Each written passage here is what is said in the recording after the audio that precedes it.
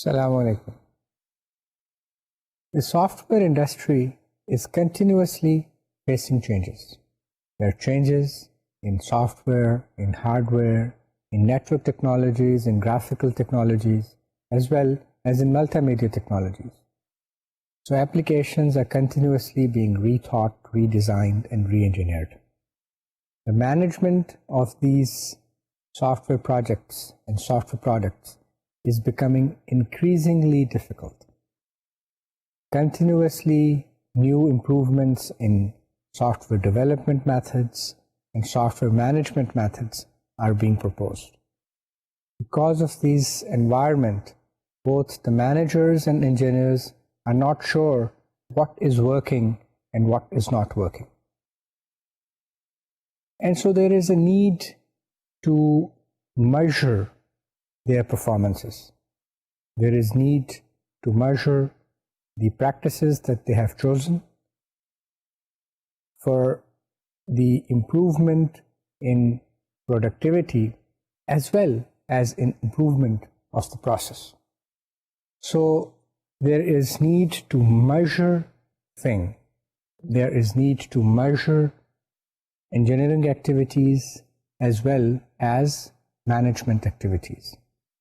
And if we measure, then can only we be sure that the activities or best practices that we have chosen actually work. The ability of an organization to effectively and efficiently manage data provides a true competitive advantage and adds value to the company's bottom line. The company, the organization, the management of that organization, and the engineering staff will only be able to assure themselves that they are following the best practices which suits their domain, which is applicable in their technology, that the technology that you're using will only be assured by having answers in the form of data. Let us first define what a measure is. IEEE Standard Glossary for Software Engineering Terminology defines a measure as an activity that ascertains or appraises by comparing to a standard. So if we are measuring something, we have to not only determine what it is, but also compare it with the standard. We see that measurements lie in the heart of many systems that govern our lives. There are economic measurements to predict the economies. On an individual level, the pay scales and the financial strength of families and individuals are determined on the basis of financial measurements. The property they own and the wealth that they have. There are military measurements determining the strengths of militaries. Then there are medical measurements that relate to medical sciences, to the healthcare industry as it relates to humans. And there are atmospheric measurements that are used to predict weather in the coming days and weeks. So we see that measurements are used in everyday life, in everyone. It does not matter to which class or category one belongs to. We use prices and weights and sizes for even small things. If we buy a pencil that has a price and a different pencil with probably better design or different manufacturer will have a different price. And the weights and heights of little kids are measured to monitor their progress. And so measurements are used in everyday life. Some aspects of a thing is assigned a descriptor that allows us to compare it with others. For example, if I have to buy a shirt, it can be described as size small shirt or medium sized shirt or large or extra large. But I can also describe it by the collar size that can vary from 14.5 to 20. And so with every product, we attach either a number or a sign that describes that particular characteristic, that is collar size in terms of shirts. And that descriptor or number can be used to compare with other similar products. So we can say that measurement is a process by which numbers or symbols are assigned to attributes of entities in the real world in such a way as to describe them according to clearly defined rules. So these numbers or symbols are assigned to attributes of the entities, not to the entities themselves, and they are used in a clearly defined set of rules. So what is an entity? An entity is an object or an event in the real world. An attribute is a feature or property of an entity. Typically, attributes include area or color or cost or elapsed time, and we often in our common discussions interchangeably use entities and attributes. For example, I can say it is cold today, but in actual what I mean is that the air temperature is cold today. Or I can say that Usman is taller than Ali, but in fact Usman's height is taller than Ali's height. And so in loose discussions, in common discussions, we can interchangeably use entities and their attributes.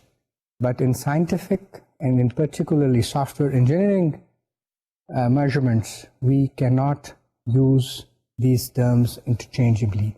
We need to clearly define what is the symbol or number that we're attaching to which attribute of an entity. And we can make judgments about entities solely by knowing and analyzing these attributes. For example, if we're talking about height, for example, if someone says that Jack is 7.5 feet high, that means Jack's height is 7.5 feet. I can analyze and determine that Jack is taller than me without even having met Jack, for example. And so measurements are used very effectively and everywhere in everyday life. We need to start using this in software engineering.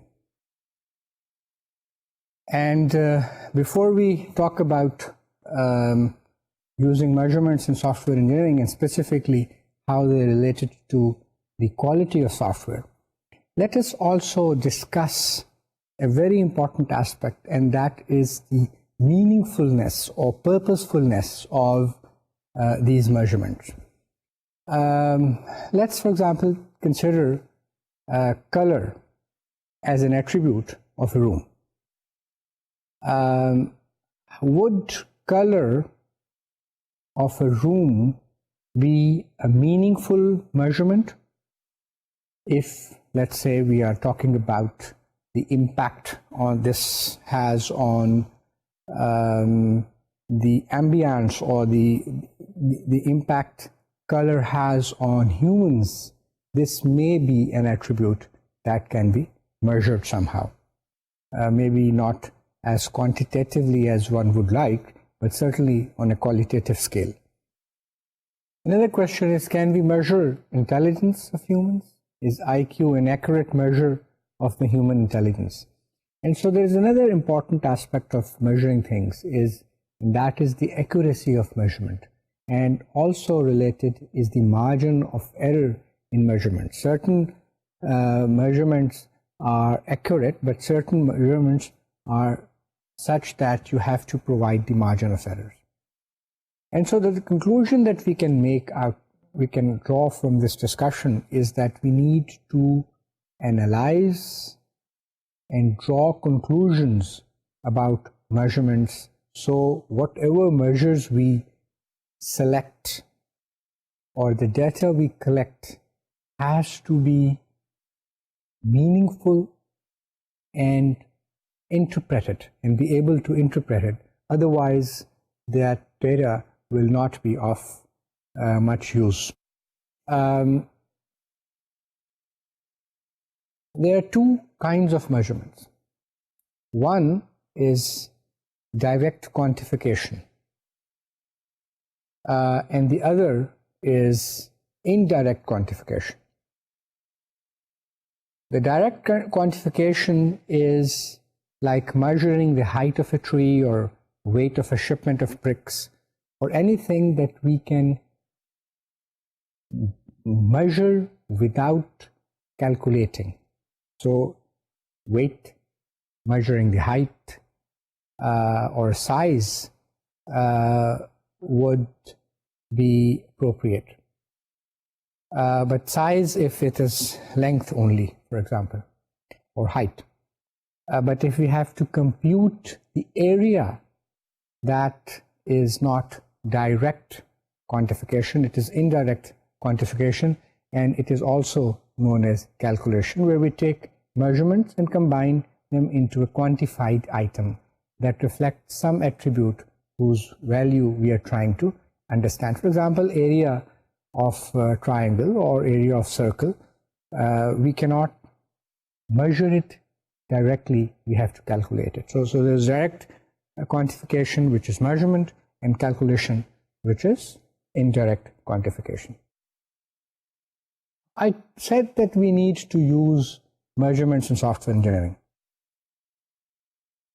There have been in the past some problems or some gray areas where we have not been using measurements in software engineering. We fail to set measurable targets for our software product. For example, we promise that the product will be user-friendly, reliable, and maintainable without specifying clearly and objectively what these terms mean. So we don't define what user-friendliness is or what reliability is or how would we measure maintainability, but we use these terms very loosely. And so projects without clear goals will not achieve their goals clearly.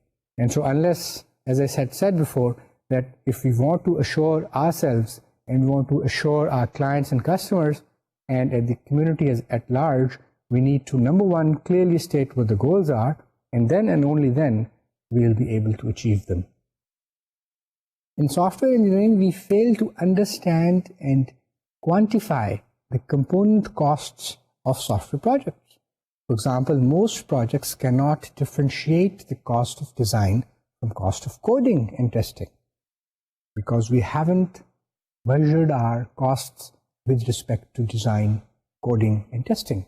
We do not quantify or predict the quality of the products we produce. And if we don't quantify or we don't clearly state what is the expected quality of this product, how can we measure quality? We allow anecdotal evidence to convince us to try yet another revolutionary new development technology without doing a carefully controlled study to determine if the technology is efficient and effective. Let's say in this course we have talked about inspections. Whenever we talked about inspections, I showed you data from literature about the effectiveness of the inspections and different forms of technical reviews. So let us now in this lecture talk about the objectives for software measurements and the objectives of software of measurement programs, and then we can talk about different types of metrics or measures that we can use in software engineering. So from the manager's perspective, let's first discuss the objectives of measurement program. What does each process cost? This is a question that a manager should ask as to why should I have requirements in processes, why should I have design processes, why should I have testing processes, why should I have inspection processes? What are the costs involved? A manager is always worried about the cost side of it, finishing the project within time, within budget. Another question that can be answered with the help of measurements is how productive is the staff?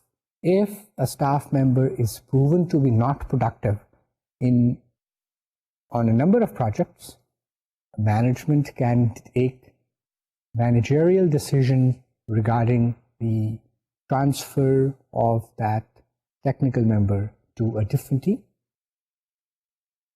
If we don't have measures, if we don't have metrics program installed or working in an organization, we won't be able to answer that question. Another question that the manager would like answered is, how good is the code being developed? And here we are getting into the qualitative aspects of the work of different programmers. And unless we define those measures, we will not be able to come up with a good answer. Another relevant question from manager's perspective is, will the user be satisfied with the product? And we need to develop metrics that according to which the data can be collected to answer this question. This question will ultimately result if the data proves have a long-term relationship with the customer, and that's very important from the management's perspective. And another very important relative question is, how can we improve our processes? How can we improve our meeting different deadlines and schedules and so forth? And so this again is an open-ended question that needs to be quantified, and we need to develop metrics to collect data against those metrics and judge whether we are improving in terms of productivity, in terms of producing high quality software. And if we are able to do that, that is, we are able to collect the data, then we can only answer this question. Now let's discuss certain questions from engineers' perspective. And metrics and measurement programs will be able to answer these questions. Number one, are the requirements testable? This means that if the requirements are stated in such a way that they are not quantifiable. We talked about just a few minutes ago about user friendliness or maintainability and reliability. How are we going to test user friendliness and reliability and maintainability if the requirements are not stated in quantified manner? And so engineers will not only have to develop the code, but also to test the code so that they meet the requirements. And if they are not able to meet the requirements, then in a quantified manner, they cannot claim that they have completed the work that was assigned to them. Another question that an engineer should ask and would expect the answers to that is, have we found all the faults or all the defects?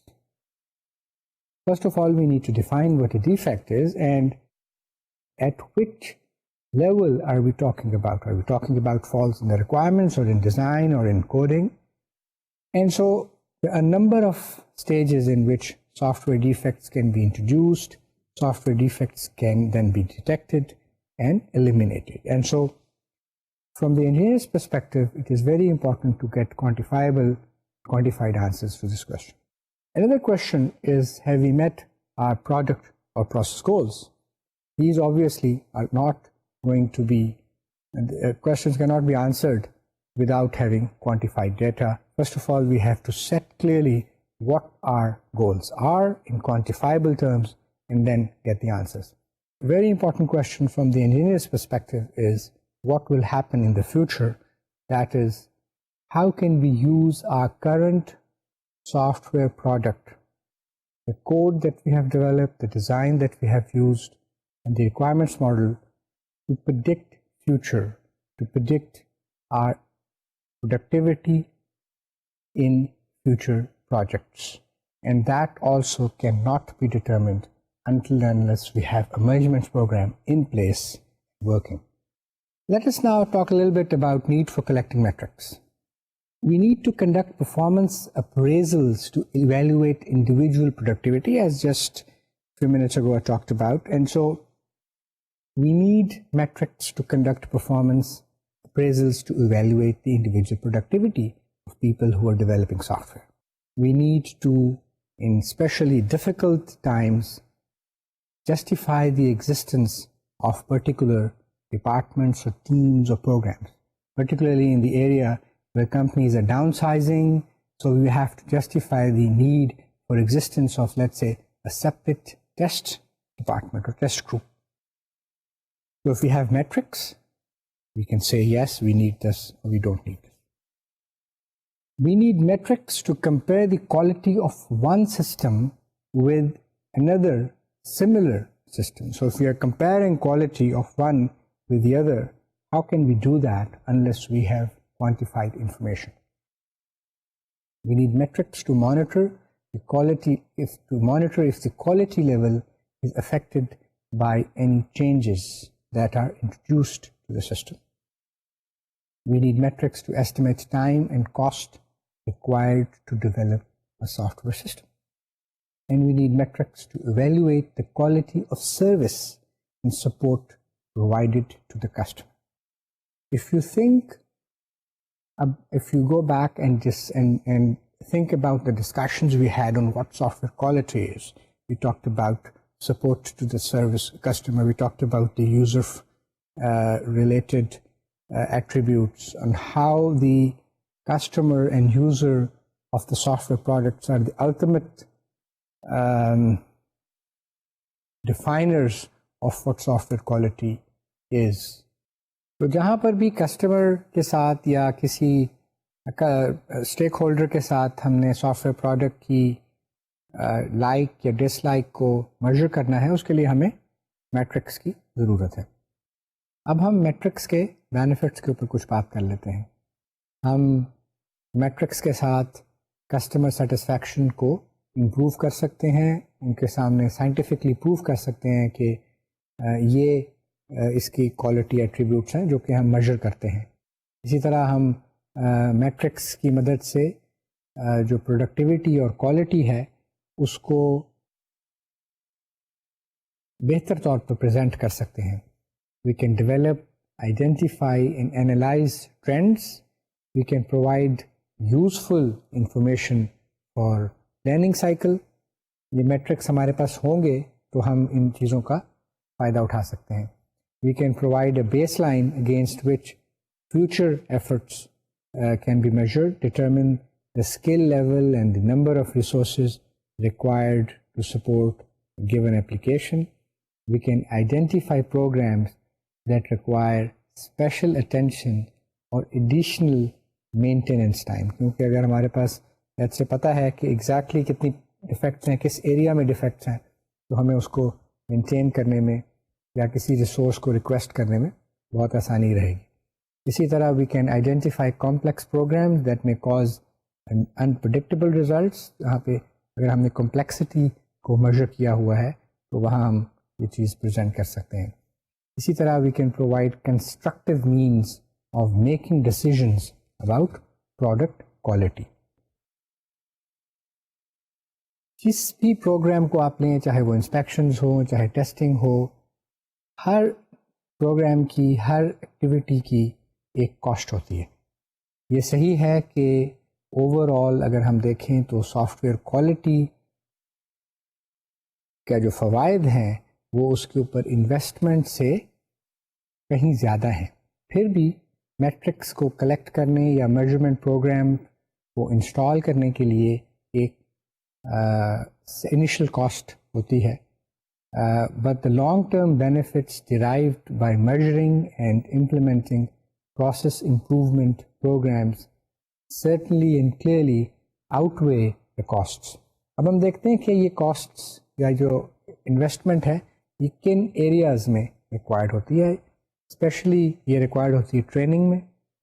Matrix programme کی لوگوں کو training provide کرنے کے لیے کہ data کو کیسے collect کرنا ہے. Metrics program to begin with کس طرح امپلیمنٹ کرنا ہے. اسی طرح سسٹم ڈیولپمنٹ میتھڈالوجی میں چینجز کرنے کی یا ان کو انکارپوریٹ کرنے کی ضرورت پڑتی ہے, اس میں بھی کچھ انویسٹمنٹ لگتی ہے. اس طرح بعض دفعہ ٹولز خریدنے پڑتے ہیں اور آرگنائزیشنل چینجز کرنی پڑتی ہیں بعض پروسیسز میں, تو وہاں یہ انیشیل سیٹ اپ کاسٹس آتی ہیں, یا ان کو بہتر طور پہ میں کہوں گا کہ یہ انویسٹمنٹ ہے جن کا ریٹرن جو ہے وہ بہت افیکٹو اور بہت زیادہ ہے. اب ہم بات کرتے ہیں کہ سافٹ ویئر میٹرکس کی کیٹیگریز کون سی ہوتی ہیں. سافٹ ویئر میٹرکس کی basically 3 categories. Number 1 product matrix, number 2 process matrix, and number 3 project matrix. What are product metrics? Product metrics are those that describe the characteristics of the product, such as size of the product, complexity, design features, performance, and quality levels. تو ایسے matrix, ایسے measures جو کہ کسی soft where product کے ساتھ related ہوں, ان کو ہم پروڈکٹ میٹرکس کہتے ہیں. پھر پروسیس میٹرکس ہیں. Process metrics are those that can be used for improving the software development and maintenance process. Examples include the effectiveness of defect removal during development, the pattern of testing defect arrival, and the response time to fix process. So وہ metrics, وہ measures جو کہ software process کے ساتھ related ہوں, ان کو ہم process matrix کہتے ہیں.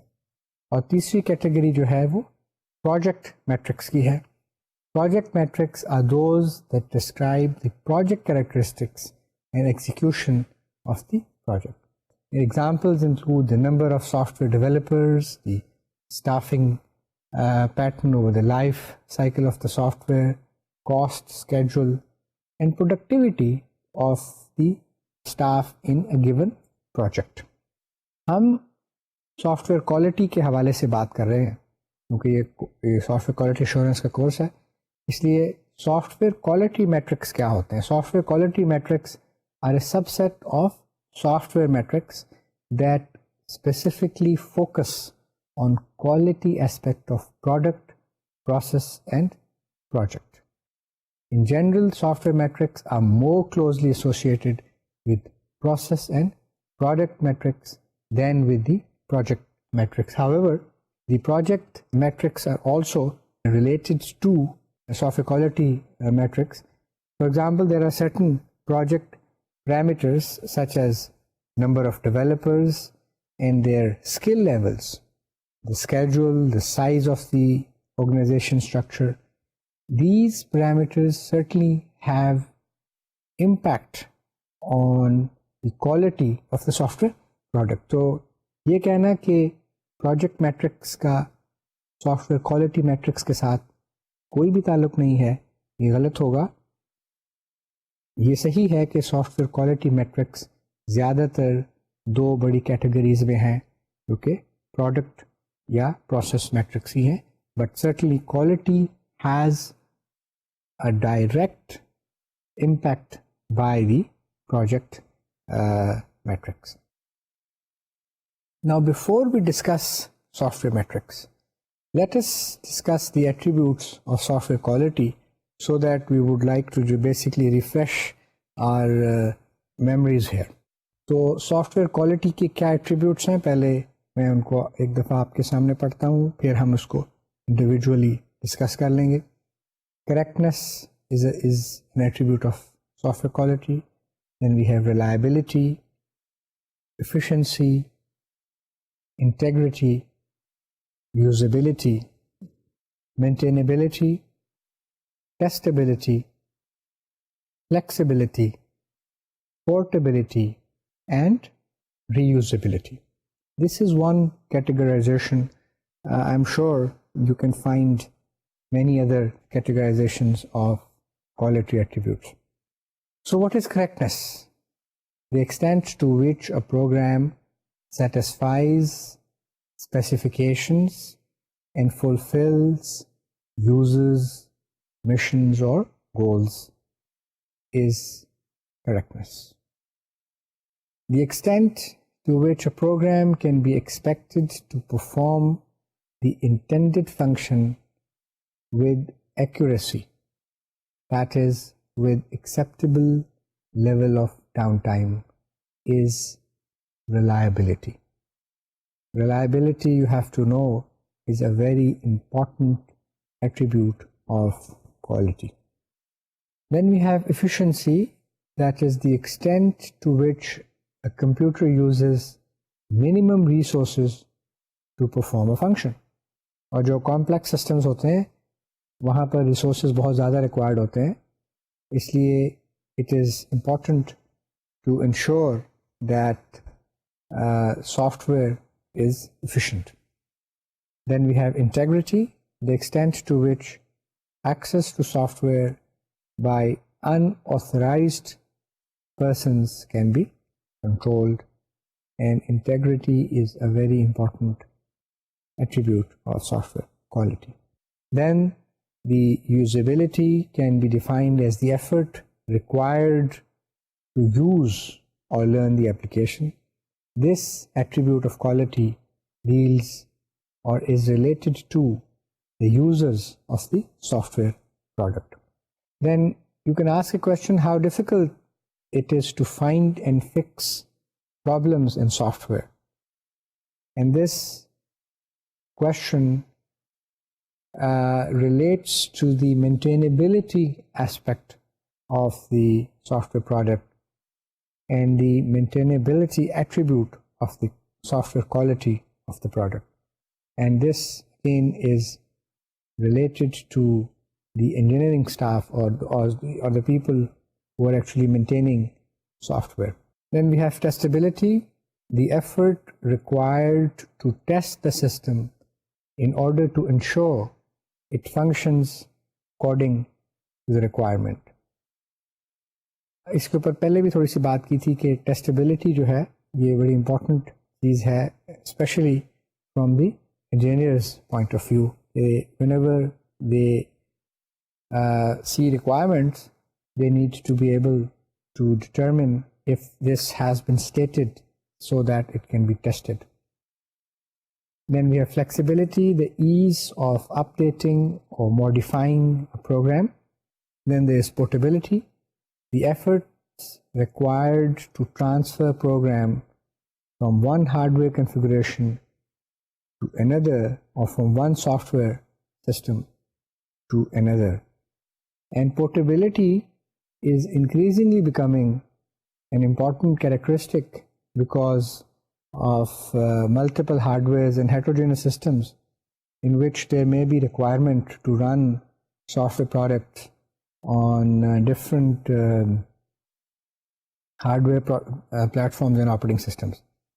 An example would be that if I, as a company or individually, write a software program that helps individual taxpayers to determine and to calculate their taxes from different sources of income that they have, and the software should be able to run on Windows operating system or Unix-like operating systems or Apple's computer.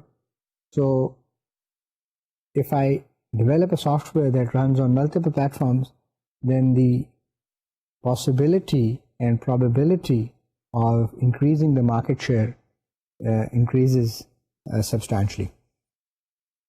Then we have reusability, that is the extent to which a code could be reused for another application. And this also is an important quality attribute because reusability has been linked to and shown and reported in literature as a very important factor in improving the productivity of engineering staff. If software is properly reused, it increases the productivity levels of the entire organization substantially. Let us now talk a little bit about common measurements, common software engineering measurements. First, we will take requirements. The common measurements that we can do or collect with respect to requirements is the size of the requirements document that consists of, or that can be categorized or divided as the number of words in the document, number of pages, or number of functions. We can also measure the number of changes to the original requirements which were developed later in the life cycle but not specified in the original requirements document. So the changes that were not initially the requirements that were not initially part of the requirements document, but the changes were implemented and introduced after the requirements document was completed and written. This measurement indicates how complete the original requirements document was. With respect to requirements, we can have consistency measures to ensure that the requirements are consistent with interfaces from other systems. We have just talked about portability. This metric is not about portability, but this metric is about interoperability, as for a requirement for a software product to interoperate with other existing products in the environment. With respect to requirements, we can have a testability measure or testability measures to evaluate if the requirements are written in such a way as that the test cases can be developed and traced to the requirement. So although testability would probably not fall here, but requirements testability would fall under the requirements area as to can we develop test cases. An example I will give again is that if the requirement is stated as such that the system should be user-friendly, how can we develop test cases based on such a vague and goal-oriented requirement? So we need to not only restate the requirement, but then to calculate and to develop metrics that will enable us to measure if we can develop test cases and perform accurate testing. Often problems detected in the requirements are related to unclear requirements, as just I mentioned about user friendliness, which are difficult to measure and test. I have given you one example on user friendliness. Another example would be the system must give speedy response time. Now, one is not sure as to what the speedy response time is. Is it 10 seconds? Is it 15 seconds? Or is it 13 seconds? Or what is the speedy response time meant by the requirements writers? The system must have state-of-the-art technology. What is considered state-of-the-art technology is not really clear, and these are the problems that people who are developing measures for requirements face, and actually people who are developing software based on this set of requirements. Another example would be the system must have clear management reports. And the question is, what should these reports look like? It's not clear from this statement what is the format of the reports, of the required reports. And also, what is the definition of clear? Even if the format is known, how can I measure the word clear, and so we should try to use terminology that can be quantified. Let's now talk about measurements in code and design. Number one, the number of external data items from which a module reads can be measured. This can give us the number of modules that are sending data to another module, number of external data items to which a module writes, the number of modules specified at a later phase and not in the original design. So this will also indicate or provide information as to the completeness of the design. We can also measure the number of modules which the given module calls, and so this can also give us the indication of the cohesion and coupling aspects of the software design. We can measure the number of lines of code. We can measure the data usage that is measured in terms of the number of primitive data items. We can measure the entries and exits per module which predict the completion time of the software system. So you see that with each major activity in software engineering, we can assign different measures and we can collect data according to those definitions. As far as testing is concerned, we can measure the number of planned test cases in the test plan that ran successfully. So all the successes can be measured. We can measure the success or effectiveness of the test cases against the original test plan. That would give us an indication and also help us in future projects about the effectiveness of our test plans, and the number of new unplanned test cases which were developed at a later time, and this will indicate how complete our test plan was. And if this number is high, then we need to improve our test planning for future projects. And this was just basically a subset of different metrics or measures that can be collected in a software engineering project. Obviously, there can be many more measures, and there can be several areas which can be tracked, measured, and improved. There are 7 measures that are most commonly tracked, and now I will discuss those 7 with you. Number 1, number of defects. Number 2, work effort. Number 3, schedule. Number 4, number of changes to the requirement. Number 5 is size. Number 6 is documentation defects. Number 7 is complexity. Let us now talk about each one of them. Number of defects is the first. Defect count can be kept at 3 different stages. Number 1, during the white box testing to evaluate the quality of the original code. Number 2, during the black box testing to evaluate the number of errors that escaped white box testing.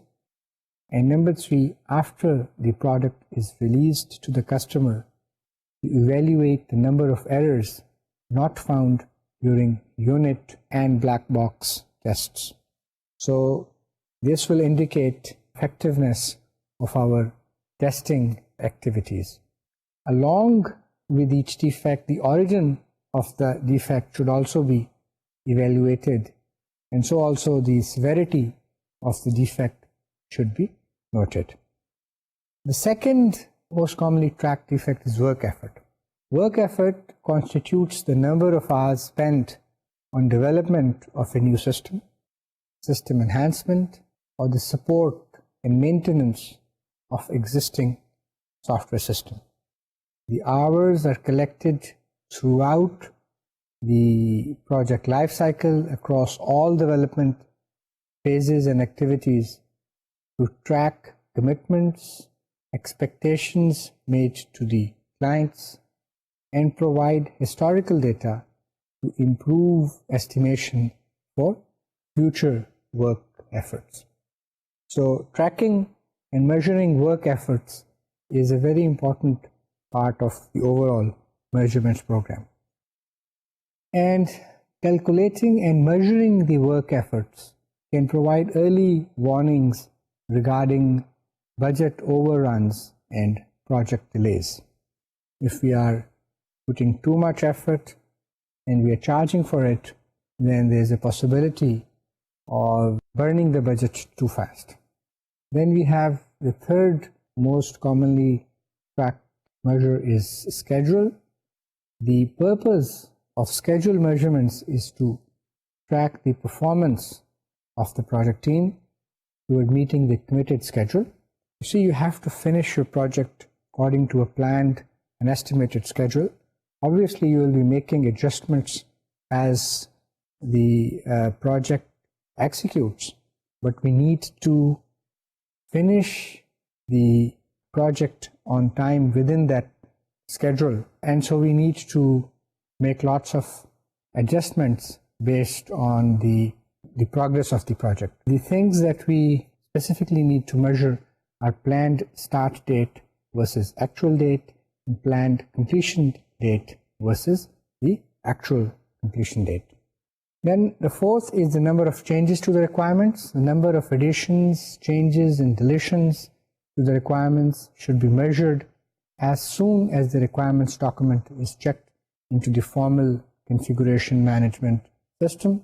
This measure reflects the quality of the requirement and the need to change the process of either collecting requirements or documenting them. So if there are a number of changes, then and the number is increasing, or is a large number of changes to requirements, then that means that we are not following or we are not conducting the requirements engineering process accurately.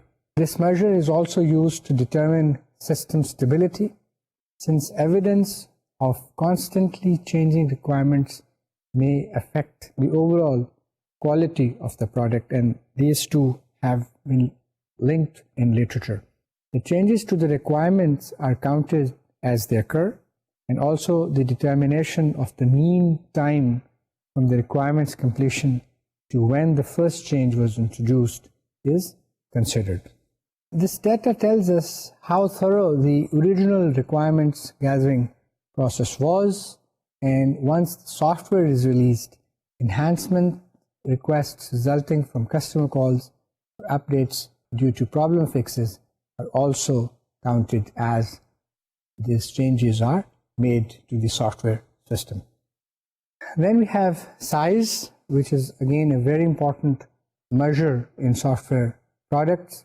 The size measures are important because the amount of effort required to perform the different tasks and activities in the software product are directly related to the size of the program. If the size of the product is big, obviously it will take more time and more resources. Typically, size of the product is measured in the form of lines of code or in function points. When the size grows larger than expected, then the cost of the project as well as the estimated time for the completion grows. This is very natural, very intuitive. The size of the software is also used for estimating the number of resources used. The measure used to estimate size should be easy to use early in the project life cycle. As I have said, we have typically used two measures, lines of code and function points. When we are measuring lines of code, we need to consider what to do with empty lines or comments. Are we only going to count source lines, and how are we going to count reused lines from other programs? The function points is a method for quantifying the size and complexity of a software system based on a weighted user view of the number of external inputs to the application, number of outputs from the application, inquiries end users make, interfaces and interface files and internal logical files updated by an application. So these are the 5 most important factors. These 5 items are counted and multiplied by weighted factors that adjust them for complexity, and then we get a numeric value. The advantage of function points is that they are independent of languages, can be used to measure productivity and number of defects, and are available early during functional design, and the entire product can be counted in a short time. They can be used for a number of productivity and quality metrics, including defects, schedules, and resource utilization. Because of the importance of function points, we will talk about function points in a later lecture. Then we have documentation defects. The documentation defects are counted throughout the project life cycle. The defects of the following nature are counted: missing functionality from the documentation, unclear explanation, spelling mistakes, and documentation being not user-friendly. Then we have complexity. This metric gives data on the complexity of the software code. As the complexity of the software increases, the required development effort increases, and the probability of the defects also increase with it. Complexity can be measured at as many successive levels as possible, beginning with the individual software module level. So you can have complexity of an individual level and higher the complexity of an integrated module, and as last as the complexity of the entire product. Purpose is to evaluate the number of resources and time that would be required to develop the application. Since complex programs require more time from the programmer to complete their work, they take longer to test, and if we are in the maintenance cycle, it takes longer to become familiar with complex programs. The complexity of a module can be evaluated by the number of files, by the program size, by the number of verbs, if statements, paragraphs, total lines, and loops in programs. Architectural metrics can be developed to determine the go-tos, to look at the entry points and termination verbs in design and code.